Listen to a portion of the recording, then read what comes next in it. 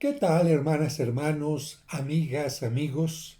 Me da mucho gusto saludarles y compartir con ustedes el día de hoy un tema que me parece interesante y que surge de las preguntas, inquietudes e incluso temores, miedos de algunos de ustedes.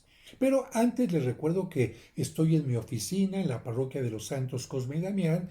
No es un estudio profesional, por lo que si entra algún ruido de algún auto, alguna motocicleta, etcétera, no le hacemos caso y nos centramos en nuestro tema. El tema de hoy es ¿cuándo es la fecha del fin del mundo? Se conoce la fecha del fin del mundo y esto se los digo porque en los últimos tiempos, en las últimas semanas incluso, han surgido algunas películas que han hecho que la gente se pregunte, ¿ya está cerca ese fin del mundo? ¿Ya estamos teniendo algunas señales del fin del mundo? Y yo diría, bueno, en primer lugar hay que afirmar que el mundo se va a acabar. ¿Por qué? Pues porque las cosas que hay en este mundo son limitadas y tienen un fin. Antes de que se acabe el mundo, quizás tú y yo habremos dejado de existir. ¿Por qué? Pues porque la limitación del ser humano depende de muchas cosas, depende de la salud, depende de la edad, de accidentes y de muchas cosas más, e incluso cosas que no dependen de nosotros, si alguien nos quita la vida o hay alguna situación de la naturaleza que nos hace perder la existencia. Pero aunque siguiera viviendo mucha gente, el mundo también tarde o temprano se va a terminar. ¿Por qué? Porque vivimos en un planeta llamado Tierra que depende del Sol. Y el Sol es una estrella que cuando se apague también hará que todo el sistema planetario deje de existir en la forma que lo conocemos y por lo tanto la vida humana. Pero aquí viene este tema. Padre, ¿la Biblia habla del fin del mundo? Sí, la Biblia habla del fin del mundo, creo yo, especialmente en una forma pedagógica, porque es bueno que Dios nos recuerde que todas las cosas tienen un fin y por lo tanto hay que agradecerlas, valorarlas, cuidarlas, bendecirlas y por otra parte no confiarnos en que todas las cosas, todas las personas, todo lo que tenemos es para siempre porque vivimos en un mundo limitado. Y la Biblia en muchas ocasiones lo hace a través del género apocalíptico, un género utilizado en el Antiguo Testamento por el profeta Daniel, por el profeta Ezequiel y en el Nuevo Testamento especialmente por el apóstol San Juan. Un género que habla de destrucción, de conflictos, de momentos difíciles, pero aquí lo maravilloso es que después de esos momentos viene el triunfo de Dios. Por lo tanto, en lo apocalíptico nunca hay que quedarse quienes tenemos fe, quienes vivimos de acuerdo a la palabra de Dios, con miedo, con angustia, con temor. No, esa no es la respuesta que debe de tener un creyente que vive de acuerdo a la fe. El creyente tiene que saber que después de conflictos, situaciones difíciles, viene algo maravilloso. Y en el caso pedagógico que te digo, es porque muchas personas a veces necesitan que se les hable de destrucción, que se les hable de algo malo que les va a pasar para que recapaciten y cambien. Por ejemplo, pienso en una persona diabética a la que el médico le dice cuídese, baje sus niveles de azúcar, haga ejercicio, trate de no subir de peso, etcétera, y aquella persona no hace caso. Y entonces el médico utiliza palabras apocalípticas, es decir, de amenaza, de atemorizar. ¿Por qué? Porque le dice, mire, si usted no está haciendo lo que tiene que hacer, va a tener pie diabético, le van a poder cortar la pierna, va a poder quedar ciego, va a poder tener estos problemas, etcétera. Y el diabético entonces, ¡ay! Ya con ese miedo, entonces recapacita y cambia. Aunque lamentablemente algunas personas ni con esta advertencia cambian. Otro ejemplo que podría poner yo es aquella esposa que le dice al esposo, mira, vamos a tratar de llevarnos de la mejor manera, no me ofendas, trata de responder a lo que tus hijos te piden, vamos a arreglar los asuntos de esta manera, ya no tomes, ten cuidado con esto, y el esposo no hace caso. Y el esposo sigue de mujeriego, el esposo sigue tomando en demasía, el esposo descuida todo, y entonces la mujer utiliza el género apocalíptico. Si sigues así, te voy a dejar. Si sigues así, me voy a divorciar. Si sigues así, te voy a levantar una denuncia por tal o cual cosa o vas a perder el respeto de tus hijos. Y entonces aquella persona lo piensa y recapacita y cambia. Ahí para eso sirve pedagógicamente el género apocalíptico, creo yo. Y en la parte de la Sagrada Escritura, creo que una parte muy importante que tenemos que tomar en cuenta es que se nos dice que nadie sabe ni el día ni la hora.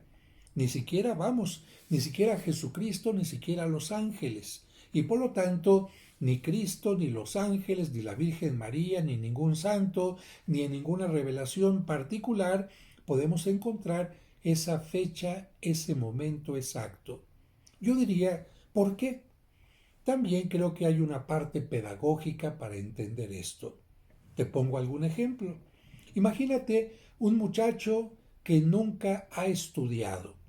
Se la pasa todo el año de flojo, de perezoso, y el maestro le dice unas cuantas semanas o un mes antes de todo el año que estuvo de flojo, tal día va a ser examen, tal día va a haber examen. Ah, el muchacho en esos últimos días, en esas últimas semanas se va a poder estudiar y va a pasar el examen. Sí, pero si no le hubieran dicho eso, ¿qué hubiera pasado? El muchacho hubiera reprobado. Ay, pues qué bueno que le avisaron. Sí, pero entonces ese muchacho va a estar esperando en el curso siguiente que el maestro le diga cuándo hay examen y todo el año se la va a volver a pasar de flojo. Creo que esto no es positivo. Yo en cambio me imagino a un maestro que nunca les dice a los alumnos cuándo va a haber examen.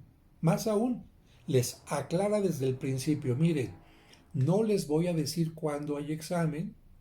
Cuando yo crea que es conveniente, les voy a decir, saquen una hoja y hacemos examen hoy. Queda advertido. No les digo fecha y puede ser en cualquier momento. Aquel muchacho que sea responsable, ¿qué es lo que va a hacer? Se va a poner a estudiar todos los días, pensando que puede haber examen en cualquier momento y por lo tanto, cuando llegue ese examen, no va a tener miedo, va a tener gusto, seguridad. ¿Por qué? Porque ha hecho lo que tenía que hacer. En cambio, el que nunca estudió, cuando le digan saquen una hoja para hacer un examen, se va a poner a temblar, va a ser un tiempo de angustia, de llanto, de rechinar los dientes, ay, ¿por qué no estudié? ¿Quién sabe qué? Y el resultado, ¿cuál va a ser además? Que repruebe. Qué terrible que una persona repruebe por no haberse preparado. Y creo que Dios lo que quiere para nosotros no es que tengamos una fecha para que ya cuando llegue esa fecha nos preparemos de última hora, sino lo que Dios quiere es que cada día de nuestra vida lo vivamos de la mejor manera, cada día. Y por eso en la Sagrada Escritura se repite constantemente aquella enseñanza de estén preparados porque no saben ni el día ni la hora en que sea el fin del mundo o en que sea tu propio fin. ¿Se acuerdan de aquella parábola del hombre rico que le empezó a ir muy bien, muy bien, muy bien? Y entonces él se dijo, come, date a la buena vida, etcétera, y empezó a preocuparse únicamente por eso, y Dios le dijo, insensato, esta noche vas a morir. Ahí se refiere al cuidado de los bienes, pero también se refiere a que ese hombre rico no sabe cuándo va a llegar el final. Y encontramos otras parábolas cuando se nos dice que hay unas mujeres vírgenes que llevan su lámpara encendida para un encuentro con el esposo y otras no llevan lo suficiente para que se mantenga encendido su lámpara. ¿Y qué pasa? Cuando menos se lo esperan, llega el esposo y las que no tenían la lámpara encendida, las que tuvieron que ir por aceite, pues se quedaron fuera. se quedaron confiadas pensando que no llegaría el novio en una determinada hora y se quedaron fuera. Lamentablemente perdieron lo maravilloso que podían haber ganado. O también aquella parábola del siervo vigilante, que nos ponen un contraste. Imagínense, dice Cristo, a un siervo que cuando se va el amo empieza a estar de desobligado, empieza a maltratar a los demás, empieza a hacer cosas negativas y de repente llega el amo y lo encuentra así. Pobre siervo, porque va a perder la confianza del amo, el salario y seguramente recibirá un castigo. En cambio, piensen en aquel trabajador, nos dice la parábola, que cuando llega el amo lo encuentra cumpliendo con lo que tenía que cumplir. Dice la Sagrada Escritura, dichoso aquel. Claro, qué maravilla que el Señor nos habla de esto, o incluso en la parábola del juicio final, donde se habla claramente, cada persona va a recibir lo que merece, cada persona va a recibir lo que ganó con sus obras, buenas o malas, misericordioso o egoísta. Por eso nos dice la parábola que el rey pone a las ovejas a la derecha y a los cabritos a su izquierda para indicar las ovejas son las que aprovecharon la vida siguiendo la palabra de Dios y los cabritos son aquellos que vivieron sin importarles nunca el amor, sin importarles nunca cumplir lo que Dios nos pide, etc.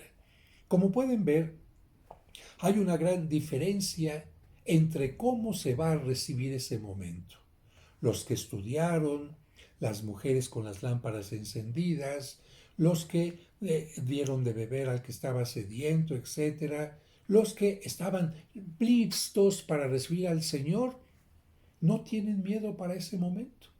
Yo creo que es como aquella gente que cuando le llega su muerte y ha vivido de la mejor manera, pues da gracias a la vida por lo que ha hecho, da gracias al prójimo, pero sobre todo da gracias a Dios y está tranquilo, tranquila en ese momento. En cambio, aquellos que la muerte les llega y estaban peleados con las personas, tenían deudas, enojos, dejaron de hacer muchas cosas, quisieran en ese momento arreglar todo. Llamen al Padre para que me venga a confesar porque tengo años que no me he confesado, etc. Y entonces incluso mueren en una situación dramática, como sucedió durante el COVID, que aquellos que les dio COVID y murieron, pero estaban en estado de gracia, estaban bien con su familia, estaban bien con todo lo que tenían que haber hecho, pues sí, murieron quizás en el hospital, en cierta soledad, en ciertas circunstancias, pero sintiendo que Dios estaba con ellos, que la Virgen, los santos les acompañaban y con su conciencia en tranquilidad y además sabiendo que estaban en estado de gracia y no tenían pecados graves, mortales que los alejaran de Dios. ¿Qué diferencia de unos que mueren de esta manera y otros que mueren en una situación totalmente terrible? Así que como ven, el fin del mundo, sea la muerte o sea el momento final, tendrá una gran diferencia para unos y para otros. Dice la Sagrada Escritura en el Evangelio, Cristo nos dice, cuando llegue ese momento para los que me han seguido, levanten la cabeza, porque llega el momento de su liberación, la liberación del mal, la liberación del pecado, la liberación de la limitación, de tantas cosas más. En cambio, los que no están preparados, que van a sentir, ¡ay! Ya viene el momento del juicio. ¡Ay, ay! Esto precisamente es terrible. Quiero tomar algunos aspectos de la Sagrada Escritura. Aquí tengo la Sagrada Escritura, pero lamentablemente como no tengo una buena visión, por eso hice que algunas cosas estén con letra más grande. Les comento que el capítulo 24 de San Mateo concretamente habla de tiempos de angustia, refiriéndose a la destrucción del templo, porque Cristo profetiza que el templo de Jerusalén va a ser destruido, y de hecho sí, fue destruido en el año 70 después de Cristo, cuando los romanos llegaron y destruyeron totalmente la ciudad. Y precisamente el capítulo 24 nos habla un poquito de esto. Incluso nos habla cuando vean instalado en el lugar santo el ídolo abominable y destructor, que se supone que es el signo del imperio romano, del César, tengan esta situación. Y dice Cristo que no pasará la generación que Él está viviendo sin que pasen estas cosas. Por esta razón pensamos que está hablando precisamente de la destrucción del templo. Pero después habla de la venida del Hijo del Hombre. No solamente de la destrucción del templo, sino de cuándo vendrá el Hijo del Hombre. Y aquí dice unas palabras interesantes. Inmediatamente después del sufrimiento de aquellos días, y aquí podemos hacer referencia a la destrucción de Jerusalén, o simplemente hay una pausa y habla de otro momento, el sol se oscurecerá, la luna no dará su resplandor, las estrellas caerán del cielo, y las fuerzas celestes se tambalearán. Entonces aparecerá en el cielo la señal del Hijo del Hombre, y todos los pueblos de la tierra se golpearán el pecho y verán venir sobre las nubes del cielo al Hijo del Hombre con gran poder y gloria. Creo que aquí está hablando de que así como se fue Cristo, así como ascendió a los cielos, Él va a regresar. Pero continúa más adelante diciendo, estén atentos. En cuanto al día aquel y a la hora, nadie sabe nada, ni los ángeles del cielo, ni el Hijo, sino solo el Padre. Creo que esto es importante. Nadie sabe el día ni la hora. Y aquí yo me quiero detener un poquito para tomar también algo referente a esta forma de hablar apocalíptica en la Sagrada Escritura, porque también Pedro, segunda de Pedro 3:10 dice así, pero el día del Señor vendrá como un ladrón en la noche, en el cual los cielos pasarán con gran estruendo, y los elementos ardiendo serán deshechos, y la tierra y las obras que hay en ella serán quemadas. Primera Tesalonicenses 5, capítulo 5, versículo 2. Porque ya saben que el día del Señor llegará como ladrón en la noche. Cuando la gente esté diciendo paz y seguridad, vendrá de improviso sobre ellos la destrucción, como llegan los dolores de parto a la mujer embarazada, y de ninguna manera podrán escapar a ese día. Pues claro, no, claro que nadie podrá escapar a ese día. Y quiero decir más adelante, hace Cristo también una comparación de lo que va a pasar en aquel momento con lo que pasó en tiempo de Noé. Dice, unos pocos días antes del diluvio, la gente seguía comiendo y bebiendo y se casaban hombres y mujeres, hasta el día en que Noé entró en el arca. No se dieron cuenta de nada hasta que vino el diluvio y se los llevó a todos. Lo mismo sucederá con la venida del Hijo del Hombre. Es decir, parece que todo será normal.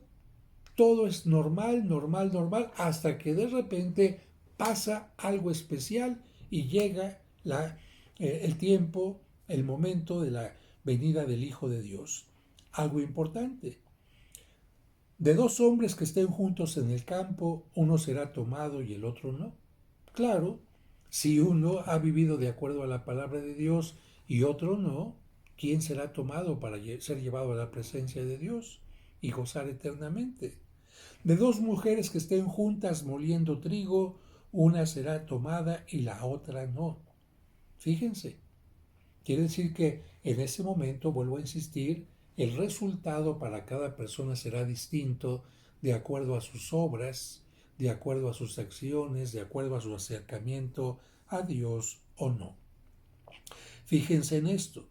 Si un dueño de casa supiera a qué hora de la noche lo va a asaltar un ladrón, seguramente permanecería despierto para impedir el asalto a su casa. Por eso estén también ustedes preparados, porque el Hijo del Hombre vendrá a la hora que menos esperan. A la hora que menos esperan.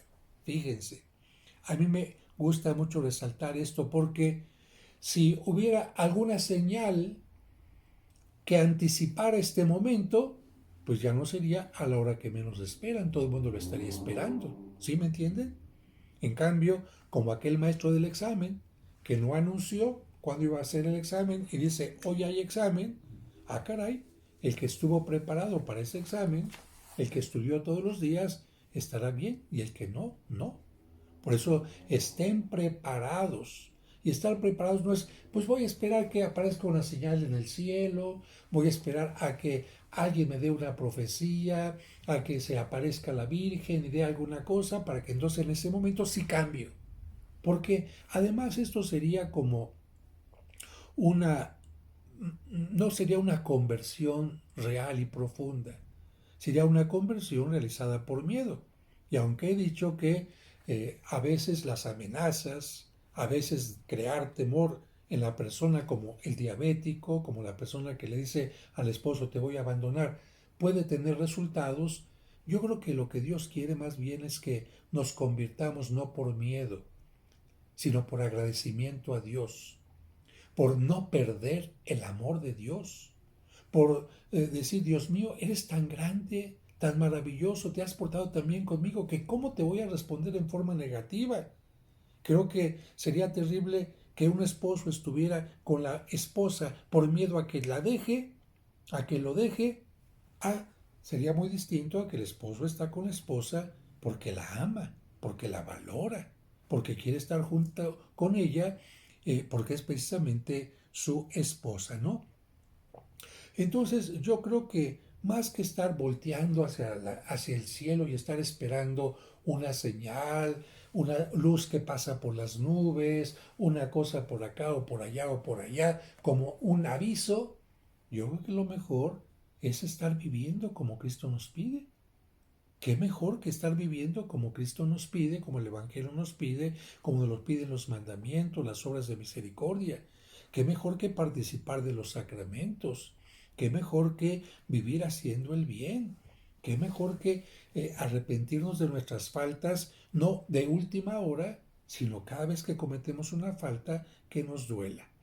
Porque también se me ocurre a mí responder a esta pregunta. Oiga, padre, entonces tenemos que estar volteando hacia el cielo a buscar señales o cosas así. Mira, yo creo que esto de las señales de que el sol se va a apagar, las estrellas, esto significan esto también. Hay cosas que no dependen de ti. Si el sol se apaga, no depende de ti. Si las estrellas se tambolean o se caen, no depende de ti. Si la luna se oscurece, no depende de ti. Si hay un terremoto, no depende de ti. En cambio, ¿qué sí depende de ti? ¿Cómo te portes? Eso sí depende de ti. ¿Cómo estás con tu prójimo? Eso sí depende de ti. ¿Cómo está Dios en tu vida? Eso sí depende de ti. ¿Cómo te arrepientes ante el mal o te dejas llevar por él? Eso sí depende de ti. Las estrellas y aquello no depende. Eso está en las manos de Dios, son circunstancias que no dependen de ti. En cambio, las guerras, esas sí dependen del ser humano y el ser humano tiene que tratar de ponerles un fin. Pero regreso a la pregunta. ¿Seguimos buscando señales arriba, etcétera? Yo tomo esta cita del libro de los Hechos de los Apóstoles, capítulo 1, versículo 11. ¿Cuándo? ¿Cuándo está esta cita? ¿A qué se refiere? A que cuando Cristo asciende a los cielos, los apóstoles voltean la mirada y se quedan viendo a los cielos, como buscando alguna señal, como poniendo atención allá, y un ángel se aparece y les dice, a ver, creo que ya no es tiempo de poner los ojos en el cielo. Hay que poner los ojos en la tierra y empezar a trabajar porque Cristo también se ha quedado con ustedes en la comunidad, en la Eucaristía. Hay que poner en práctica lo que Cristo nos pidió, porque nada serviría estar todo el tiempo con los ojos en el cielo si no vamos haciendo lo que Cristo nos pidió en el Padre Nuestro, transformar el mundo en su reino. En la oración nos enseñó, venga a nosotros tu reino. Es decir, construir el reino de Dios. ¿Qué dice el capítulo 1, versículo 11 de los Hechos de los Apóstoles? El ángel les dijo: Galileos, ¿qué hacen aquí mirando al cielo? Este mismo Jesús que ha sido llevado de entre ustedes al cielo vendrá otra vez de la misma manera que lo han visto irse. Y para concluir y tratar de explicar el por qué hay grupos muy preocupados, y yo agradezco su preocupación, agradezco el esmero que tienen por tratar de acercar a la gente a Dios. Algunos les dicen que pues ya está cerca el momento, que es un aviso, algo que está pasando en este momento, las guerras, el COVID, etcétera, etcétera. Yo creo que hay que entender su buena voluntad, porque evidentemente lo hacen con esa buena voluntad de tratar de ayudar, de tratar de que la gente se convierta, de tratar de que la gente tenga un acercamiento a Dios y descubra que somos limitados, que las cosas se acaban, etc. Pero en gran parte, ¿de dónde vienen estas ideas de estos grupos que hablan de que ya está muy cerca el fin del mundo, que estamos en la etapa final de la historia? Bueno, particularmente vienen de revelaciones privadas, no tanto de la Sagrada Escritura, que nos dice nadie sabe el día ni la hora, sino vienen de revelaciones privadas. Y les recuerdo, ya lo comenté en otro video, cuál es la diferencia entre una revelación privada y una revelación pública. La revelación pública es la Sagrada Escritura. La, la Sagrada Escritura es la revelación pública, es decir, lo que Dios nos da a conocer a toda la humanidad de todos los tiempos. En cambio, una revelación privada puede ser que Dios permita que una persona reciba un mensaje de su parte, pero solamente para esa persona, porque le puede ayudar a su salvación. ¿De acuerdo a qué?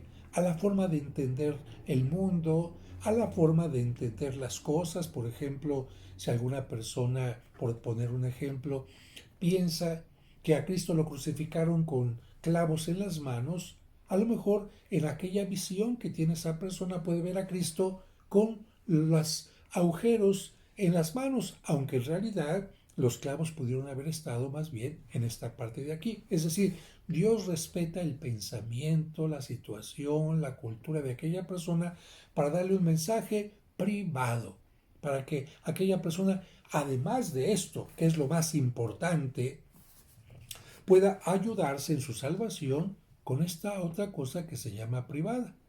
Y las revelaciones privadas no siempre son avaladas por la Iglesia, porque son revelaciones privadas para una persona en particular, o si acaso para un pequeño grupo, pero no están hechas para toda la humanidad, porque de otra manera Dios se manifestaría más ampliamente, más universalmente, y daría signos categóricos para que se entendiera este mensaje.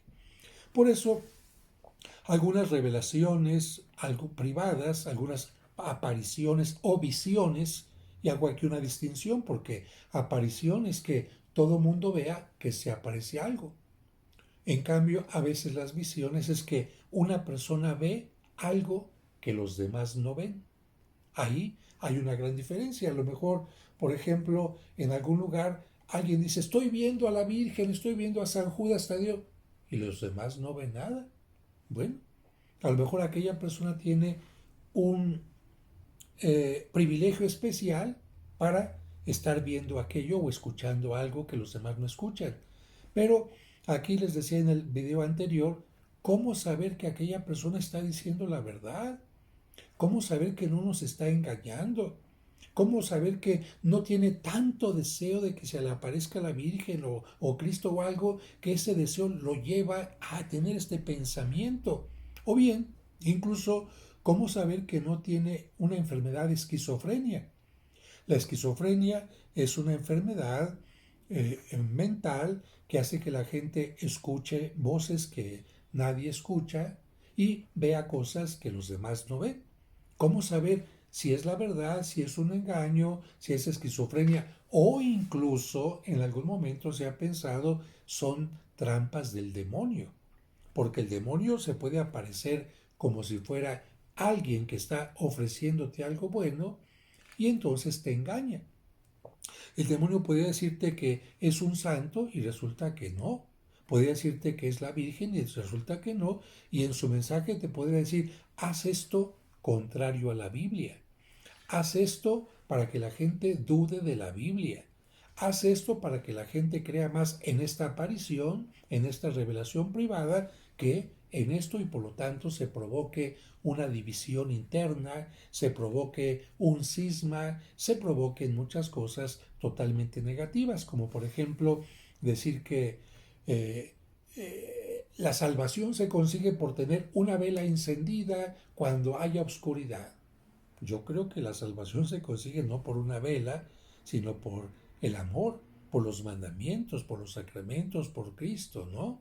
O bien que alguien diga, tal fecha es el fin del mundo. Bueno, si ni el Hijo de Dios sabe la fecha, ¿cómo tú me dices que sabes esta fecha? Si me van entendiendo un poquito, yo creo que una revelación privada por eso tiene que ser muy estudiada y muy cuidada para que no haya un problema grave. Oiga, padre, pero es que en tal lugar donde parece que se apareció la Virgen, sí está permitido el culto a la Virgen. Bueno, el culto a la Virgen se permite en cualquier parte del mundo, pero el hecho de que se permita el culto en una población no significa que el Papa está aprobando las apariciones en ese lugar. Son cosas totalmente distintas. Y por eso las apariciones, las visiones no son dogma de fe para la iglesia. A quien le ayuden, le pueden ayudar, qué bueno, pero nunca alejarse de lo más importante. Y para terminar, no quiero alargarme más, quiero decir particularmente que hay dos cosas, dos visiones o apariciones que han hecho que mucha gente piense que ya estamos en la etapa final del mundo.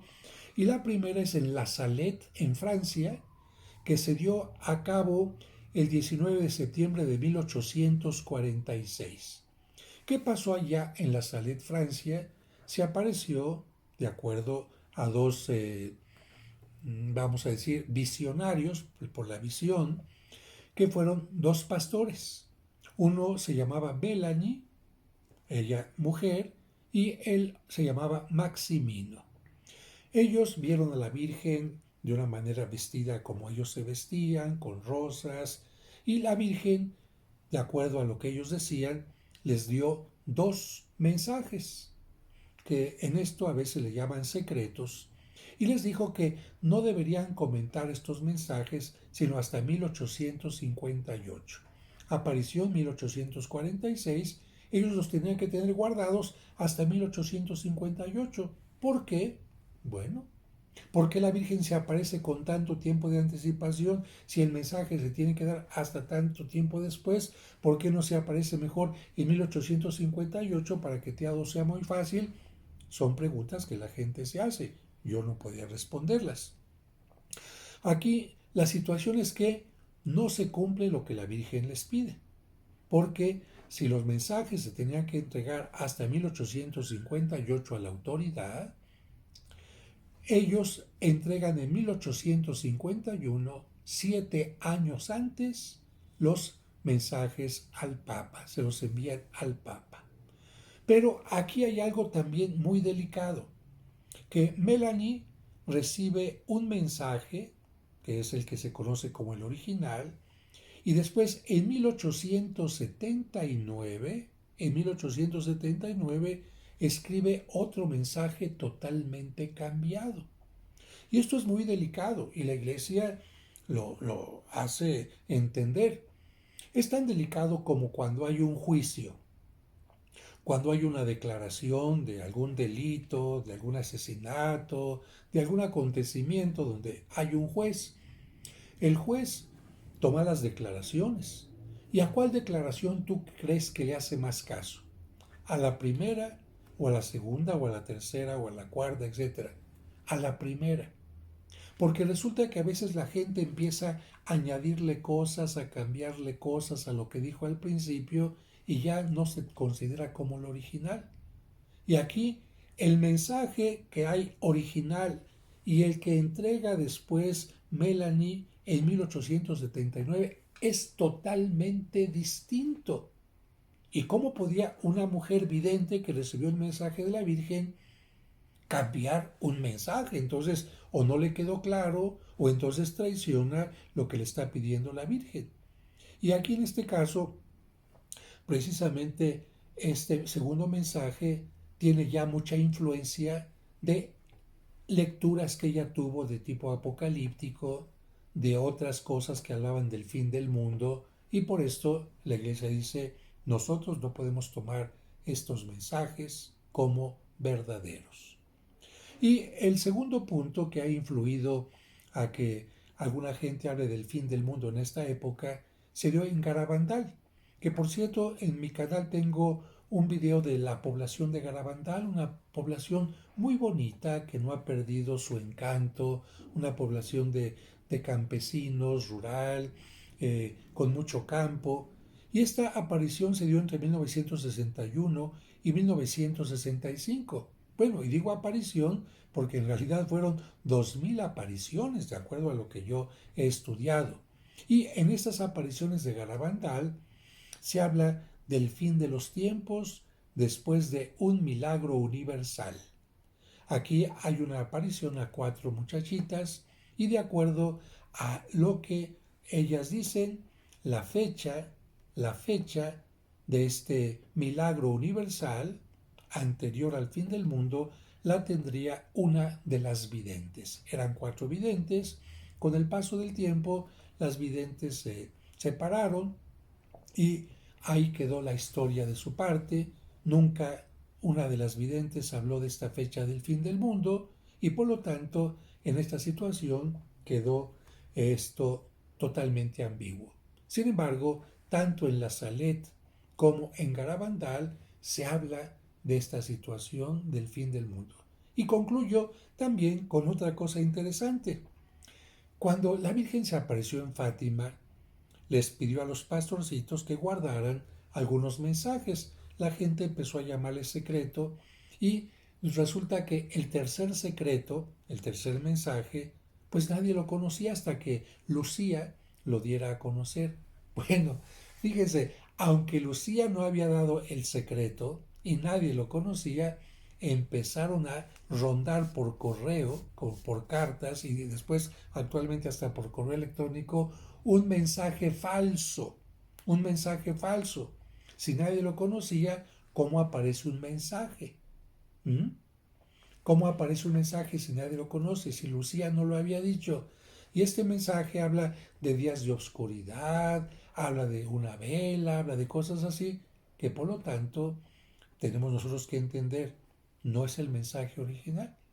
El mensaje de Fátima habla de un tiempo de persecución a la iglesia, no me refiero únicamente al Papa, a los obispos, sino a todos los cristianos, y por esta razón mucha gente en este lenguaje, mensaje original, al ver lo que está pasando en este momento en muchas partes del mundo donde la iglesia es perseguida, donde hay muchos cristianos que han sido masacrados, donde hay muchas partes donde se está quitando el derecho a la fe, piensan que se trata de este momento. Pero recuerden que Cristo dijo desde el principio, habrá persecuciones contra ustedes. Y apenas murió Cristo, empezó la persecución contra Esteban y después contra los demás apóstoles y después las persecuciones que duraron 250 años casi y después vendrían otras persecuciones en otros momentos durante el protestantismo, también otras persecuciones en guerras civiles, persecuciones en México, en fin. Pero esto no significa que estemos ya en el fin de los tiempos. Es un punto de vista. El final de los tiempos, Dios lo hará cuando Él considere prudente. Y algo que me gusta es que la Biblia dice que después de que el mundo haya conocido su palabra, y entiendo por qué, ¿cómo vas a juzgar a alguien de no haber amado a Dios si nadie se lo dio a conocer? Por lo tanto, hay que esforzarnos porque nuestra palabra haga que la gente conozca a Dios, llevar el Evangelio, llevar el testimonio mucho más que estarnos preocupando por miedo, se va a acabar el mundo, se va a acabar el mundo. En todo caso, piensa, si se va a acabar el mundo, aprovecha la oportunidad para amar, para perdonar, para ser misericordioso, para cambiar el mundo, para llevar a Cristo a quien no lo conoce y muchas cosas positivas. Ver el cielo, una parte, cuando hacemos oración, agradecer a Dios por tantas cosas maravillosas, pero también trabajar en este mundo por lo que el Señor nos ha pedido. Espero que este comentario no es una conferencia, no es una clase de Biblia, son pequeños comentarios que nos invitan a la reflexión, nos hagan vivir no con miedo a que se acabe el mundo, sino miedo a no aprovechar la vida, a no aprovechar el tiempo que Dios nos da, a no aprovechar el amor. Porque para mí el don de temor de Dios no es tenerle miedo a Dios, sino temer a perderlo, temer perderlo eternamente, eso sí es algo que sería el peor castigo, el peor infierno que pudiera existir. Si les gusta el video, pónganle like por favor, recomiéndolo con aquellas personas que piensan que les gustaría y también si no están suscritos a mi canal, suscríbanse para que les lleguen todos mis videos. Hasta la próxima.